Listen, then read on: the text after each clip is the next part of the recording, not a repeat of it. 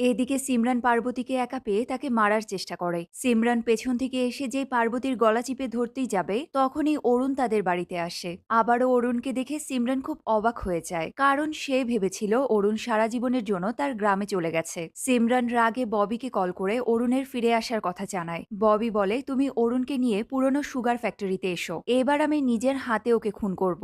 এটা শুনে সিমরান অরুণকে বাড়িতে ড্রপ করার কথা বলে সুগার ফ্যাক্টরিতে নিয়ে যাচ্ছে, কিন্তু অরুণ চালাকি করে সেই দুজন লোককে দিয়ে সিমরানকে কিডন্যাপ করে হসপিটালে নিয়ে আসে। তারা সিমরানের হাত পা ও চোখ বেঁধে একটা চেয়ারের সাথে বেঁধে রাখে। এরপর অরুণ ববির স্ত্রীকে কল করে সিমরান আর ববির এক্সট্রা ম্যারিটাল অ্যাফেয়ারের কথাটা জানিয়ে দেয়। এই কথা শুনে ববির স্ত্রী তো খুব রেগে যায় আর ববির ওপরে এলোপাথারি গুলি চালাতে থাকে। ববি তার স্ত্রীকে মিথ্যে কথা বলে কোনো রকমে শান্ত করে। এবার অরুণ ববিকে কল করে 1 কোটি টাকা চায়, না হলে সে তার ও সিমরানের অ্যাফেয়ারের খবরটা সব নিউজ পেপারে জানিয়ে দেবে। এই কথা শুনে ববিও খুব ভয় পায় আর 1 কোটি টাকা দিতে রাজি হয়ে যায়।